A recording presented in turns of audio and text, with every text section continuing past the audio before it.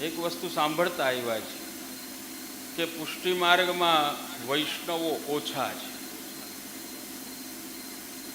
પુષ્ટિ માર્ગમાં વૈષ્ણવો ઓછા છે એટલે વૈષ્ણવોનો વ્યાપ વધારો. વૈષ્ણવોનો વ્યાપ વધારો.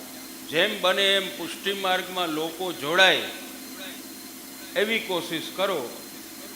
પણ આ પહેલે જ દિવસે અમારા સુપેડી ગામે આ વાતને ખોટી પાડી દીધી. કારણ કહું તમને કે ભગવાન સામે કોણ હતું જ્યારે ગીતાજીનો ઉપદેશ દેવામાં આવ્યો? કોણ હતું? અર્જુન હતા. શ્રીમદ ભાગવતજી જ્યારે બોલાણા ત્યારે એ મુખ્ય શ્રોતા તરીકે કોણ હતું? રાજા પરીક્ષિત હતા. અને શ્રી મહાપ્રભુજી આ માર્ગ પ્રગટ કર્યો ત્યારે કોણ હતું? હરસાણીજી, કેવલ એક. પણ અમે વલ્લભકુળ બાળકોની અંદર શ્રી મહાપ્રભુજી બિરાજે એમ મારી પૂરેપૂરી શ્રદ્ધા છે કે અહીંયા બેઠેલા દરેક વૈષ્ણવોની અંદર એક હરસાણીજી બિરાજે છે. કારણ કે બોલવાનું સામર્થ્ય ભગવાન સુધી, આ ભગવાન સુધી પહોંચવાનો માર્ગ જ નથી. હું તમે યાદ રાખજો વૈષ્ણવ, આ પુષ્ટિ માર્ગ તમને ભગવાન સુધી પહોંચાડતો જ નથી, પણ આ પુષ્ટિ માર્ગ એ માર્ગનું નામ છે કે જ્યાં ભગવાન તમારા સુધી પહોંચે. ભગવાન સુધી પહોંચો ને બીજા ઘણા બધા માર્ગો છે. તો શ્રી મહાપ્રભુજી એમ ક્યારેય આજ્ઞા ન કરે કે માર્ગોયમ સર્વ માર્ગણામ ઉત્તમ પરિકીર્તિત યસ્મિન પાદ ભયમ નાસ્તિ સર્વથા મોચ કયત. આ માર્ગ બીજા બધા માર્ગો કરતા શ્રેષ્ઠ માર્ગ છે. કેમ શ્રેષ્ઠ માર્ગ છે? તો કે અહીંયા અમારા વૈષ્ણવો ભગવાનને મેળવવા આવતા જ નથી. હજી એ પણ વાત ધ્યાનમાં રાખી લેજો. સમજા ને? તમે બોલ્યા ને કે ત્રીજું વર્ષ, હવેલીનું ત્રીજું વર્ષ, તો તમે યાદ રાખજો શ્રી મહાપ્રભુજીએ તો તમને ભગવાનનું સરનામું નથી આપ્યું, ભગવાનને તમારું સરનામું આપ્યું. એટલે અહીંયા પ્રભુ પધાર્યા છે, એટલે આપણા ઘરમાં ઠાકોરજી પધારે છે અને આપણે એમની સેવા કરીએ છીએ.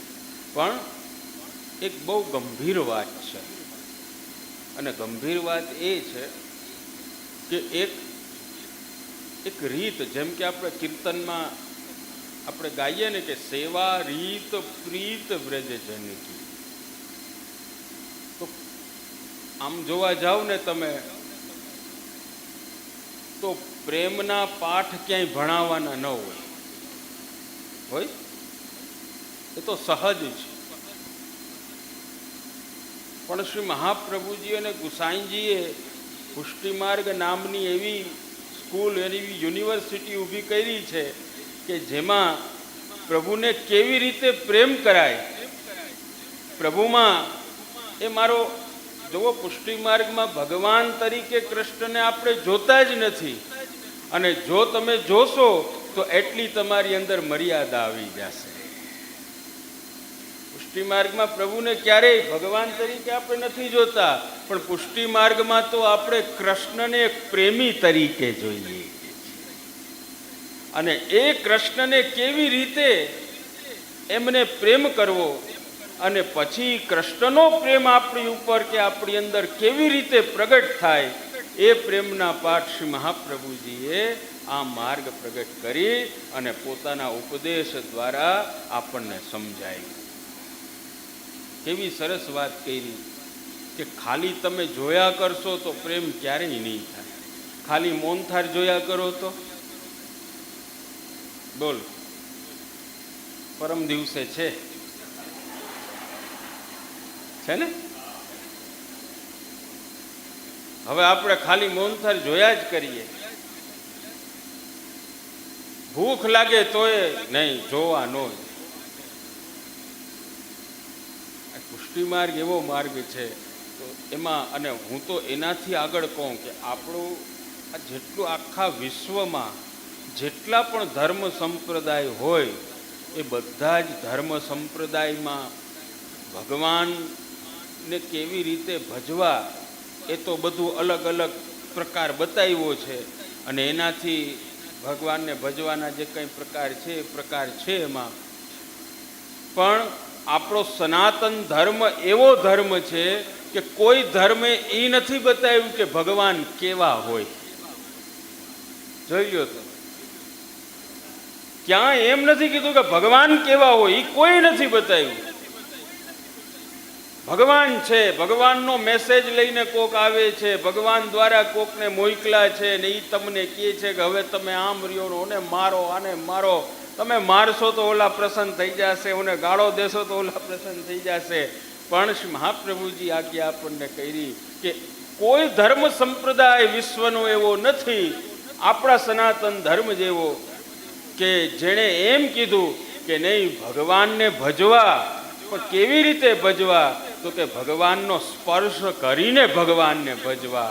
ભગવાનને પણ રુદન આવે છે, ભગવાનને પણ ભૂખ લાગે છે, ભગવાનને પણ કંઈક ઈચ્છાઓ થાય છે. પણ ભગવાનની ઈચ્છા અને આપણી ઈચ્છામાં ફરક એટલો છે કે ભગવાનની અને આપણી ઈચ્છા વાસનાત્મક હોય છે અને ભગવાનની ઈચ્છા લીલાત્મક હોય છે.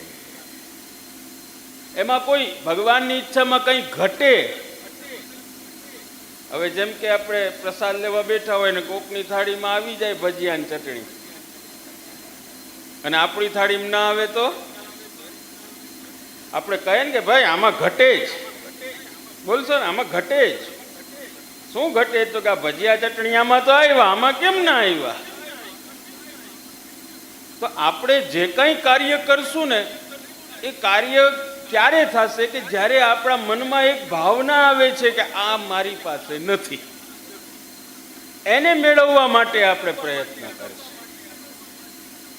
પણ ભગવાન જે કરે છે ને એ કોઈ મેળવવા માટે કે ભગવાનને કંઈ ઘટે છે અને મેળવવા માટે કરે છે એવું નથી.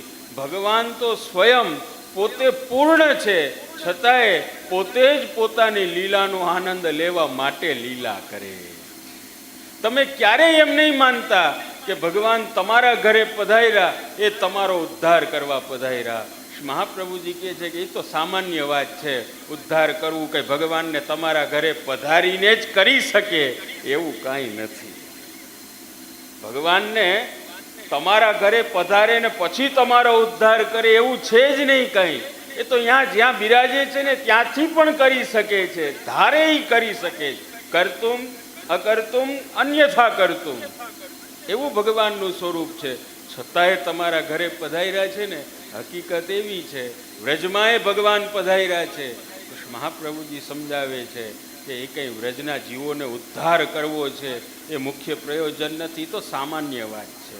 પણ ભગવાન જે આપણા ઘરે અથવા તો વ્રજમાં પધાર્યા એનું મુખ્ય કારણ કેવલ એક જ છે કે ભગવાન પોતાની લીલાનો આનંદ લેવા પધાર્યા. હવે એનો એક પાર્ટ તમે બની ગયા છો, એ લીલાનો એક હિસ્સો આપણે બની ગયા છે.